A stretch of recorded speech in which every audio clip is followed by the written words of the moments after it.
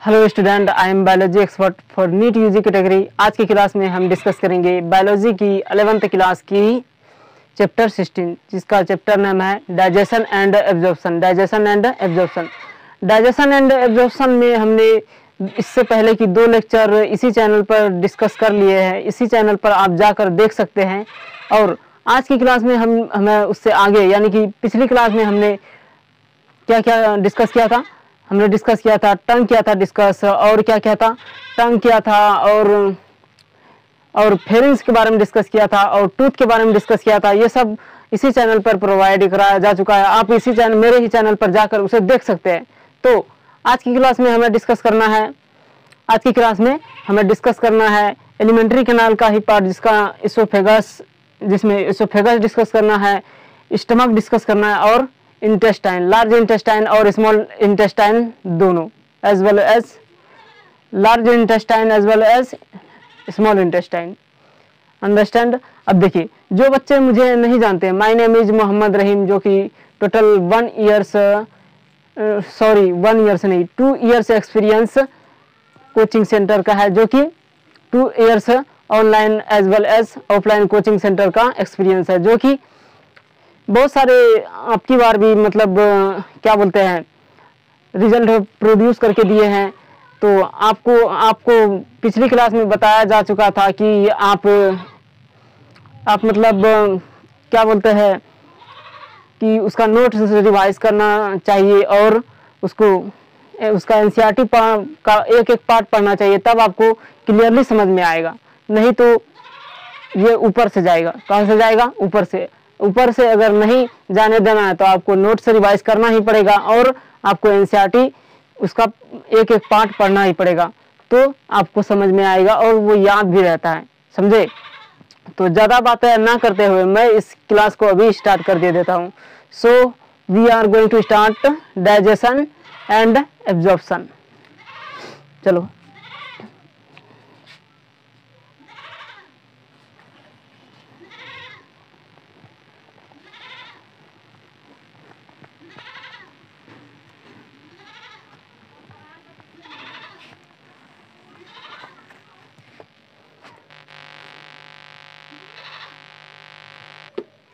Mic check करा कि on है कि नहीं। कभी कभी क्या होता है कि माइक ऑफ रहता है और लेक्चर बनाना शुरू कर देते हैं, बाद में पता चलता है कि माइक तो ऑफ ही था। इसीलिए हम चेक कर लेते हैं, पहले सब कुछ चेक कर लेना चाहिए कि क्या सही है, क्या किसमें खराबी है, कि क्या किसमें मतलब खराब है या सही है। उसको सही तरह से चेक करके वीडियो के मतलब क्लास में आना चाहिए। नहीं तो क्या होता है, पूरा मुझे भी परेशानी हो जाती है, साथ ही साथ तुम लोगों के पास वीडियो भी प्रोवाइड नहीं हो पाती है, इसीलिए तो ये बात अलग थी। चलो, so we are going to start digestion and absorption. Digestion and absorption में हम पढ़ेंगे आज इसोफेगस। क्या डिस्कस करेंगे? इसोफेगस। इसोफेगस फेरिंग्स से मैकेनिकल यानी कि आपके टूथ के द्वारा मैकेनिकल चर्निंग करके उसको फेरिंग्स में भेज दिया था। फेरिंग्स में भेज दिया था। जो कि आपका जो टूथ है उसको मतलब टंग से सोलो करके जो आपके फेरिंग्स में जो भेजा जाता है फूड, वो क्या बोलते हैं, बॉल लाइक स्ट्रक्चर बना के भेजता है। तो उसको हम बोलते हैं bolus. That is called as bolus. तो बोलस आगे किसको, फेरिंग्स किसको भेजती है? इसोफेगस में। तो आज हम डिस्कस करेंगे किसकी? Oesophagus. Oesophagus is the name given by food pipe. Food pipe एक होता है आपका विंड पाइप। विंड पाइप किसको बोलते हैं? ट्रेकिया को। ये क्या है आपका? Food pipe. फूड पाइप देखिए, यहां से तुम्हारा इसोफेगस स्टार्ट होता है, यहाँ से स्टार्ट होता है, और यहाँ पर आकर इसका एंड हो जाता है।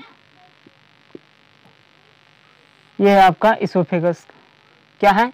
यहाँ से यहाँ तक के पार्ट को हम बोलते हैं इसोफेगस, और ये पार्ट है आपका स्टमक। तो इसे फेगस में सबसे पहले यहाँ फेरिंग्स के द्वारा फूड को भेजा जाता है। इस तरीके से बॉल लाइक स्ट्रक्चर, जिसको हम बोल देते हैं बोलस। क्या बोल देते हैं? बोलस। क्या बोल देते हैं? बोलस। अब बोलस को तो इसोफेगस में भेज दिए। अब इसोफेगस को आगे भेजने के लिए कुछ तो उस इसोफेगस के पास होना चाहिए, नहीं तो वो कैसे भेजेगा? तो इसोफेगस को मतलब इसोफेगस बोलस को आगे भेजने के लिए उसके पास होता है कुछ मसल्स। क्या प्रेजेंट होता है? कुछ मसल्स होता है present. This muscles is responsible for alternate contraction and relaxation. ये जो मसल है किसके लिए रिस्पॉन्सिबल है? ये अल्टरनेट कॉन्ट्रैक्शन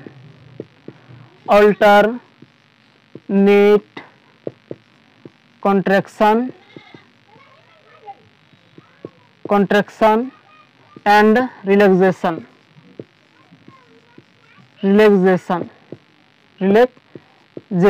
समझ गए?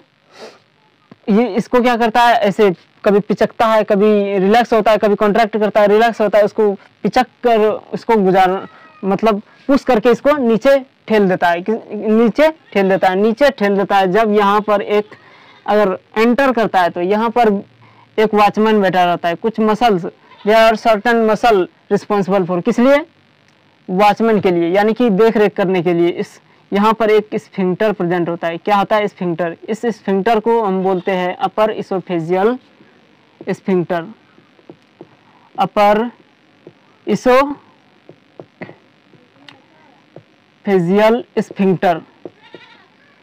स्फिंक्टर। अपर इसोफेजियल स्फिंक्टर दिखाई दे रहा है? क्लियर? अब देखिए, अब एंटर किया तो एक स्फिंक्टर था, अपर इसोफेजियल स्फिंक्टर था, लेकिन जब एग्जिट करेगा इसोफेगस से, यहाँ भी तो एक स्फिंक्टर होना चाहिए, इसोफेजियल स्फिंक्टर होना चाहिए। तो यहाँ भी एक स्फिंक्टर है, that is called as, this sphincter is called as lower. नीचे की साइड है तो इसको बोल देते हैं lower oesophageal sphincter. Lower oesophageal sphincter. अब ये जो लोअर इसोफेजियल स्फिंक्टर है, ये जब रिलैक्स करेगा तो ये लोअर इसोफेजियल जब रिलैक्स करेगा तो बोलस, यानी कि बोलस आपका कहाँ आ जाएगा? फूड सीधा डायरेक्ट आपके स्टमक के इस पार्ट में आ जाएगा। This part is called as cardiac part. इस पार्ट को हम क्या बोलते हैं? Cardiac. This part is called as cardiac. ये सीधा कहाँ आती है? कार्डियक पार्ट में आती है। अब देखिए, अब इस पार्ट को, ये जो डायरेक्ट यानी कि लोअर इसोफेजियल जब रिलैक्स करता है तो डायरेक्ट कहाँ आता है? कार्डियक पार्ट में। इसलिए इसको और किस नाम से जाना जाता है? लोअर इसोफेजियल स्फिंक्टर को। इसलिए इसको एक और नाम से जाना जाता है, दैट इज कार्डियल स्फिंक्टर। कार्डियल नहीं, कार्डियक स्फिंक्टर। अंडरस्टैंड? अब देखिए, अब ये जो पार्ट है इसका नाम क्या है? इसका नाम है फंडस। क्या नाम है इसका? फंडस। अब फूड सीधे कहाँ आया? यहाँ पर आया। अब देखिए, फूड जब यहाँ पर आया तो यहाँ पर स्टमक का आपका 3 पार्ट्स होता है, 1 2 3। एक पार्ट ये 4 पार्ट्स होता है स्टमक का। कितना पार्ट? 4 पार्ट्स। इसको बोलते हैं हम बॉडी। क्या बोलते हैं? बॉडी। अब इसको बोलते हैं pylorus, that is called as pylorus. जगह बचेगा तब इसी में डिस्कस कर लेंगे, नहीं तो दोबारा बनाना पड़ेगा इस स्ट्रक्चर को। अब हम स्टमक में आ गए। किस में आ गए? स्टमक में आ गए। अब देखिए, स्टमक से पहले कुछ बातें इसोफेगस का रह गया तो उसका भी बता देते हैं। अब बता दे कि तुमको कि इसोफेगस में क्या कोई डाइजेशन हुआ? तो इसोफेगस में कोई भी डाइजेशन नहीं होता है, क्योंकि इसके पास there are no digestive gland. इसके पास कोई भी डाइजेस्टिव ग्लैंड नहीं है, प्रेजेंट नहीं होता है। इसलिए यहाँ इसोफेगस में कोई भी आपके फूड का कोई भी डाइजेशन नहीं होता है, लेकिन ये क्या करता है तब, इसके पास ओनली म्यूकस, ये सिर्फ ये ओनली म्यूकस रिलीज करता है। जो म्यूकस क्या करता है, इसको ल्यूब्रिकेशन में हेल्प करता है। किसको, बोलस को पुश करने के लिए ल्यूब्रिकेशन में हेल्प करता है। क्लियर है, तो आगे बढ़ते हैं, स्टमक में आते हैं। स्टमक की बात करें तो पहला पार्ट जो कि फूड एंटर करा, उस पार्ट को हम क्या बोलते हैं, कार्डियक। अब लोअर इसोफेजियल स्फिंक्टर रिलैक्स किया तब कार्डियक में आया, तो इसलिए कार्डियक स्फिंक्टर के नाम से भी जाना जाता है। किसको, लोअर इसोफेजियल स्फिंक्टर को। अब ऊपर वाला पार्ट है फंडस का। फंडस में क्या होता है, गैस भरा होता है। क्या भरा होता है, गैस। अब देखिए यहाँ से फिर यहाँ आया बॉडी में, बॉडी से फिर पाइलोरस में, पाइलोरस से अब एंटर किया तो एक स्फिंक्टर है। अब क्या एग्जिट करेगा, तो एग्जिट लेगा जब फूड, तो यहाँ भी तो स्फिंक्टर होना चाहिए, ऑब्वियस सी बात है। अगर एंट्री पर स्फिंक्टर है तो एग्जिट पर भी स्फिंक्टर होना चाहिए। हाँ, जरूर होता है। उस स्फिंक्टर को हम बोलते हैं pyloric sphincter. That sphincter is called as pyloric sphincter. Pyloric sphincter. अब देखिए ये पाइलोरिक स्फिंक्टर अगर रिलैक्स करेगा तो फूड आपका कहाँ आ जाएगा, यहाँ आ जाएगा। लेकिन क्या कोई डाइजेशन स्टमक में हुआ, तो देखिए यहाँ पर आपके स्टमक में ऐसे मतलब खुरदरी टाइप का रहता है, ऐसे एकदम क्लीन नहीं रहता है। कैसा रहता है, ऐसे खुरदरी, जैसे कि आपको बताया जा चुका है। हार्ड पायलट के पास क्या था, कुछ ट्रांसफर फोल्ड था। क्या था, there are certain transverse fold, जिसको हमने क्या नाम दिया था, रूगे। बिल्कुल वही रूगे इस स्टमक के पास होता है। तो stomach has transfer fold. Transfer इस तरीके से ऐसे फोल्ड होता है। देयर आर ट्रांसफर फोल्ड, जिसको हम क्या बोलते हैं, rugae. There are transverse fold, that is called as रूगे।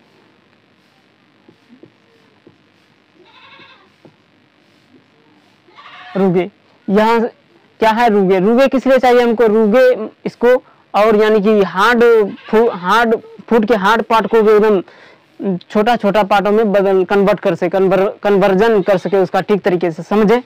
अब यहाँ से आपका एंटर किया तो क्या, the food which enters into the stomach that is called as bolus. लेकिन क्या जब इंटर किया तो बोलस कहलाए, लेकिन जब फूड आपका एग्जिट करेगा तो वो भी बोलस ही होगा, नहीं, वो बोलस नहीं होगा।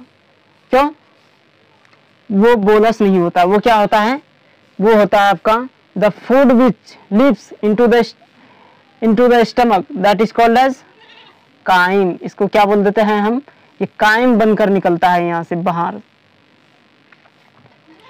Crime that is called as the food which leaves into the stomach that is called as chyme. अब काइम जो है, काइम को ये जो पार्ट है आपका स्मॉल इंटेस्टाइन का पार्ट है, क्या है, ड्यूडेनम।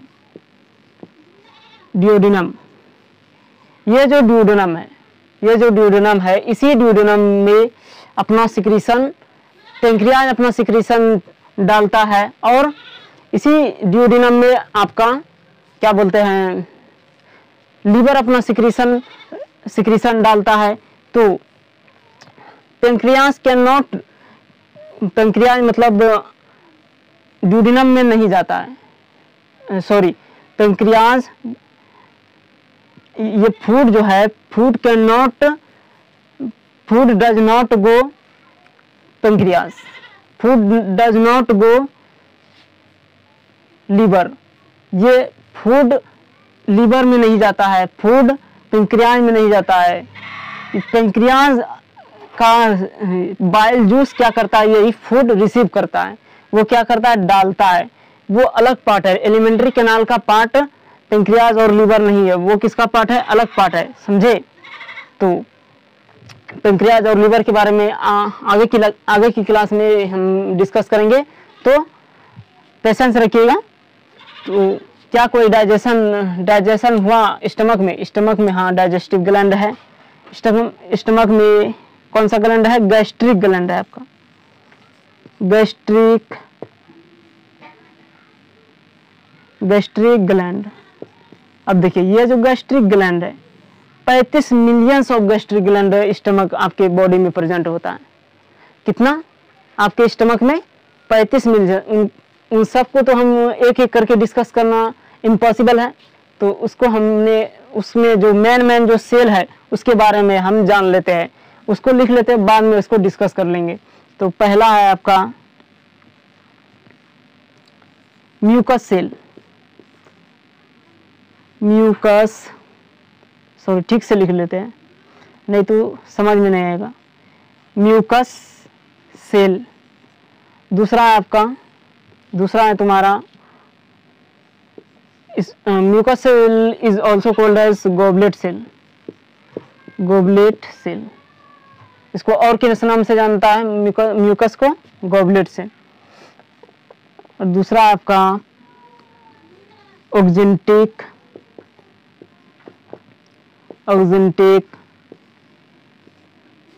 या पेराइटल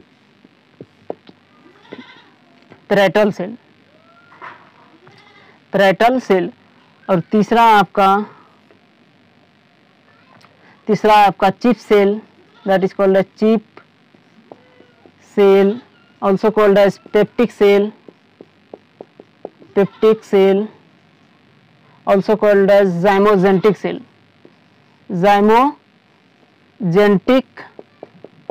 cell।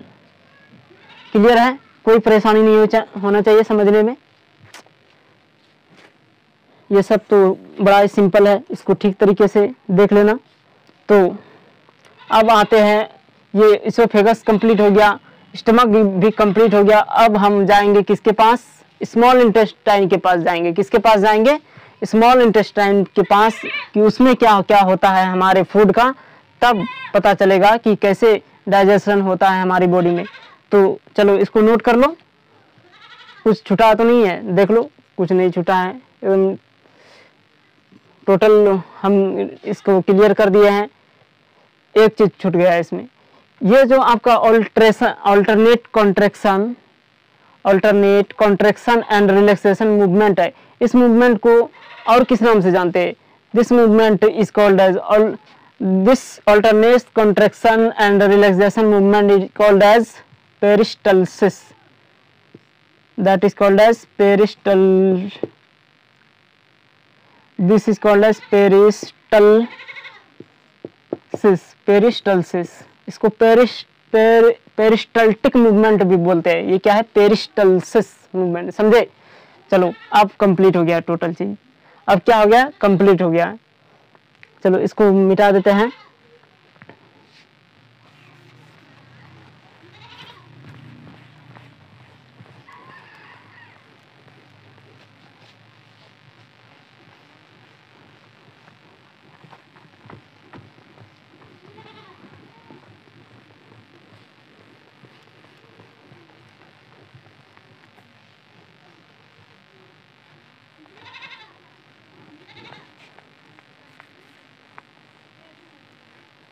अब मुझे डिस्कस करना है किसके बारे में? स्मॉल इंटेस्टाइन के बारे में। किसके बारे में? Small intestine. देखिए, स्मॉल इंटेस्टाइन का पार्ट यहाँ से आकर यहाँ ऐसे हाईली क्वाइल्ड पोर्शन है।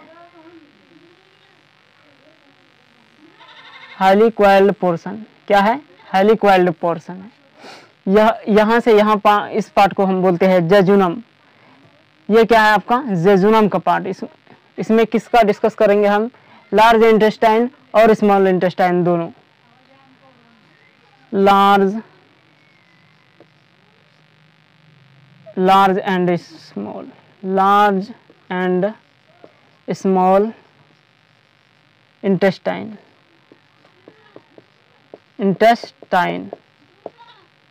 And small intestine.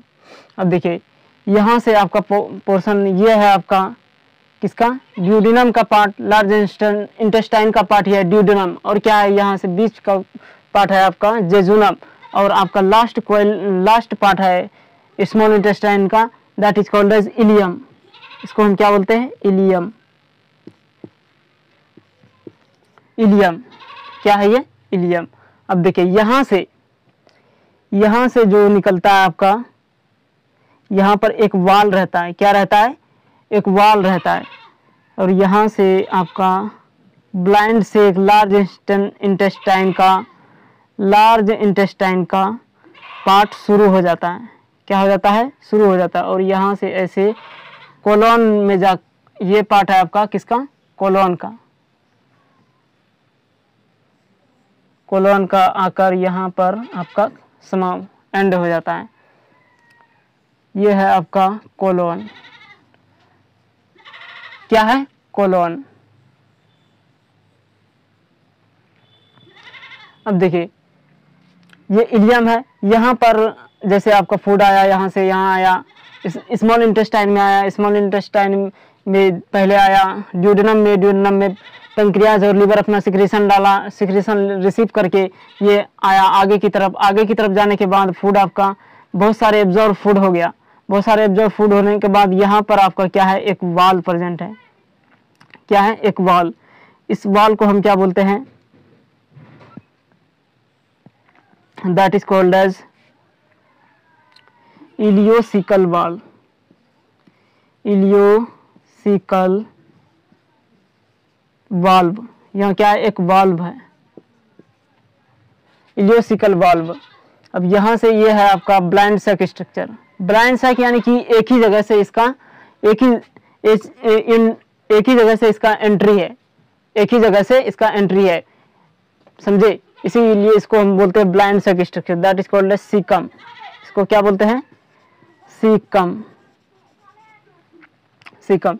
अब देखिए यहाँ से जो फूड आया, यहाँ पर इलियोसिकल वाल्व किस लिए है, ये जो सीकम है आपका ब्लाइंड सैक स्ट्रक्चर है, that is called as, this caecum is blind sac structure, blind sac structure. इसमें बहुत सारे माइक्रोब्स प्रेजेंट होते हैं, क्या होते हैं, बहुत सारे माइक्रोब्स प्रेजेंट होते हैं, माइक्रोब्स जो कि आपके ये माइक्रोब्स और किसमें होता है, ये माइक्रोब्स होता है किसमें, दही में, किसमें, दही में। दही जब खाते हैं तो क्या होता है कि आपका पूरा पेट साफ हो जाता है, जब तक दही नहीं खाते पूरा पेट ठीक तरीके से साफ नहीं होता है, इसलिए दही आपको कौन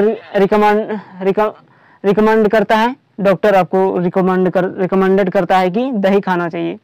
अब देखिए यहाँ से ये जो इलियोसिकल वाल है, ये इलियोसिकल वाल का फंक्शन क्या है, इलियोसिकल वाल की फंक्शन की बात करें तो इसका फंक्शन है to prevent backflow of food from caecum to ileum. ये क्या करते हैं, प्रिवेंट करता है सीकम से दोबारा वापस फूड इलियम में ना आ जाए, इसमें जो एंट्री करता है वो दोबारा वापस नहीं आ पाता है, यही इसका फंक्शन है, किसका, इलियोसिकल वाल्व का। अब देखिए अब ये जो एक पाउच लाइक स्ट्रक्चर दिखाई दे रहा है, ये क्या है, this pouch like structure is called as vermiform appendix, vermiform appendix. अब ये जो वर्मीफॉर्म अपेंडिक्स है ये क्या है, एक तरीके का थर्ड मोलर की तरह ही क्या है, वेस्टिजियल है, क्या है, वेस्टिजियल ऑर्गन है। वेस्टिजियल है तो हमारे में कोई इसका काम नहीं है, इसके बारे में बाद में बताएंगे। देखिए यहाँ से फूड आया, यहाँ से फूड आपको यहाँ रहा, यहाँ से आपका एब्जॉर्ब, जितना फूड एब्जॉर्ब हुआ, एब्जॉर्ब होने के बाद सीकम में आया, सीकम में आकर यहाँ पर वाटर का कॉलोन जो निकलता है, कॉलोन में क्या होता है, जितना भी वाटर का ठीक तरीके से एब्जॉर्ब हो जाता है। ये जो ऊपर जाती हुई कॉलोन दिखाई दे रही है, that is called as ascending colon, that is called as ascending colon, ascending colon. अब ये जो नीचे आती हुई कॉलोन दिखाई दे रही है, that is called as descending colon, descending colon. Descending colon. अब ये जो ट्रांसवर्स की तरह है तो इसको हम बोलते हैं transverse colon, transverse colon, transverse colon. अब ये एस शेप्ड दिखाई दे रहा है, क्या दिखाई दे रहा है? एस शेप्ड, तो इसको हम बोलते हैं सिग्मोइड। एस शेप कोई भी चीज होता है तो उसको हम क्या बोलते हैं? Sigmoid colon. कोई भी कॉलन होता है तो उसको क्या बोलते हैं? Sigmoid colon. अब देखिए यहां से आपका असेंडिंग कॉलन में आया, एकदम पूरा पार्ट है, इसमें क्या हो गया? मतलब एब्जॉर्ब हो गया, वाटर का भी एब्जॉर्ब हो गया। एब्जॉर्ब होने के बाद जो अनएब्जॉर्ब फूड, जो एब्जॉर्ब नहीं कर पाया, जो एब्जॉर्ब नहीं कर पाया वो कहाँ आ जाता है? वो यहाँ से ऐसे आकर यहाँ पर एक बैग लाइक स्ट्रक्चर में आकर जमा हो जाता है। क्या होता है? जमा हो जाता है। और इसको सुबह सुबह फ्रेश होते वक्त इसको क्या कर दिया जाता है? आपके एनस के थ्रू भरा जो जमा होता है इस bag like structure, this bag like structure is called as rectum. इस बैग लाइक स्ट्रक्चर को हम क्या बोलते हैं? That is called as rectum. Rectum, ये जो रेक्टम है, ये जो रेक्टम है, ये रेक्टम सुबह सुबह समय समय इसको क्या कर दिया जाता है? इसको वाया एनस के थ्रू इसको बाहर निकल दिया जाता है, बाहर निकाल दिया जाता है। आपका एंट्री, फूड का जो एंट्री, फर्स्ट पार्ट जो एंट्री था वो क्या था? माउथ। और आपका एग्जिट जो एलिमेंट्री कैनाल का एग्जिट पार्ट है वो क्या है? आपका एनस है। एनस के थ्रू निकाल दिया। जो वो फूड अनएब्जॉर्ब फूड निकालता है उस अनएब्जॉर्ब फूड को हम क्या बोलते हैं? Faeces. That is called as faeces. ये जो फीसेस है, इस फीसेस रिमूवल ऑफ फीसेस या removal of egestion of faeces, that is called as defecation. क्या बोलते हैं? क्या बोला जाता है उसको? डेफिकेशन। डेफिकेशन। अब देखिए इसका तो फंक्शन बता ही दिए। वर्मीफॉर्म, ये जो वर्मीफॉर्म अपेंडिक्स आपको दिखाई दे रहा है, ये क्या? ये तो वेस्टिजियल है, कोई काम का नहीं, जब तक रह रहा है तो रह रहा है, कोई प्रॉब्लम नहीं है। लेकिन ये क्या करता है? कभी बैक्टीरिया इसको क्या करता था? In fact bacteria will be vermiform effect of vermiform appendix. इसको क्या कर देता है? अफेक्ट कर देता है, इसको इफेक्ट कर देता है। लेकिन जब इसको इफेक्ट कर देता है तो ये बड़ा ही दर्द करता है, इन्फ्लामेशन हो जाती है। इसमें क्या हो जाती है? इन्फ्लामेशन हो जाती है और बड़े ही दर्द होता है, बड़ा ही दर्द होता है। दर्द होता है तो डॉक्टर क्या करता है? डॉक्टर इसको ठीक करने के लिए एंटीबायोटिक दे देता है। क्या देता है? एंटीबायोटिक। अगर ठीक हो जाए तो सही है, लेकिन अगर नहीं सही हुआ तो इसको क्या करता है डॉक्टर? सर्जरी के द्वारा इसको हटा दिया जाता है, क्योंकि ये क्या है? वेस्टिजियल, कोई काम, कोई फंक्शन नहीं है हमारे बॉडी में इसका। ये जो इन्फ्लामेशन होता है, इस इन्फ्लामेशन को, इस डिजीज को हम बोलते हैं अपेंडोसाइटिस।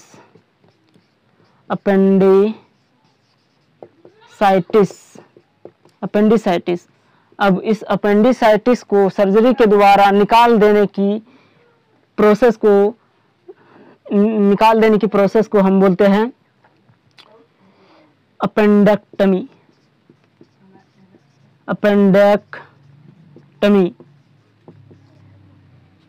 अपेंडेक्टमी। अब देखिए यहाँ पर ये जो ट्यूब दिखाई दे रहा है आपको, ये ऐसे ऐसे क्यों है? ब्रैकेट लाइक ऐसा क्यों दिखाई दे रहा है? तो बिल्कुल सिंपल ट्यूब, इसको स्मॉल इंटेस्टाइन की तरह होना चाहिए। ये ऐसे ऐसे ब्रैकेट क्यों दे रहा है? कोई तो चीज इसके अंदर होगा जो इसको ऐसा अपीयरेंस दे रहा है। हाँ जरूर है, इसके अंदर क्या होता है? बंच ऑफ लॉन्गिट्यूडनल मसल, इसलिए इसको क्या देता है? ऐसा अपीयरेंस देता है। यहाँ पर आपका क्या है? बंच ऑफ लॉन्गिट्यूडनल मसल, जिसको हम क्या बोलते हैं? Taenia coli. That is called as taenia coli. क्या है? बंच ऑफ लॉन्गिट्यूडनल मसल,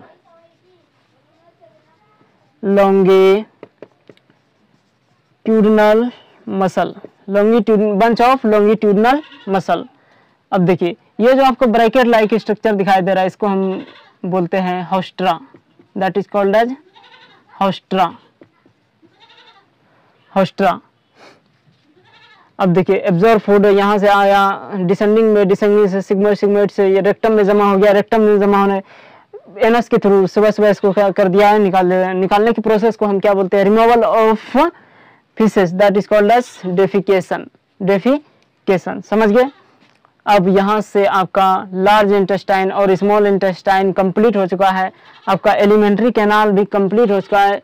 अब हम कुछ ग्लैंड्स के बारे में, अब हम इसी अगली क्लास में हम क्या पढ़ेंगे, अगली क्लास में इसी का पूरा पोस्टमार्टम कर देंगे। क्या कर देंगे, पोस्टमार्टम कर देंगे कि ऊपर में लेयर किसका बना हुआ लेयर, उसके बाद बीच में कौन सा लेयर है, उसके बाद सबसे लास्ट में कौन सा लेयर है, एक एक करके डिस्कस करेंगे। तो आज की क्लास को हम यहीं पर समाप्त करते हैं, मिलते हैं अगली क्लास में। So we are done this session. इसका एनसीईआरटी पढ़िएगा और इसका एनसीईआरटी पढ़ने के बाद आप इसका PYQ भी मिलाइएगा और देखिएगा, और उसके बाद नोट्स को भी रिवाइज करिएगा। नोट्स बहुत इंपॉर्टेंट है, ये पार्ट बहुत इंपॉर्टेंट है आपके लाइफ के थ्रू से और नीट के एग्जाम के थ्रू से भी और बोर्ड एग्जाम के 11th के बोर्ड एग्जाम के थ्रू से भी ये बहुत ही इंपॉर्टेंट है। So we are done this session. मिलते हैं कल की क्लास में। Thank you.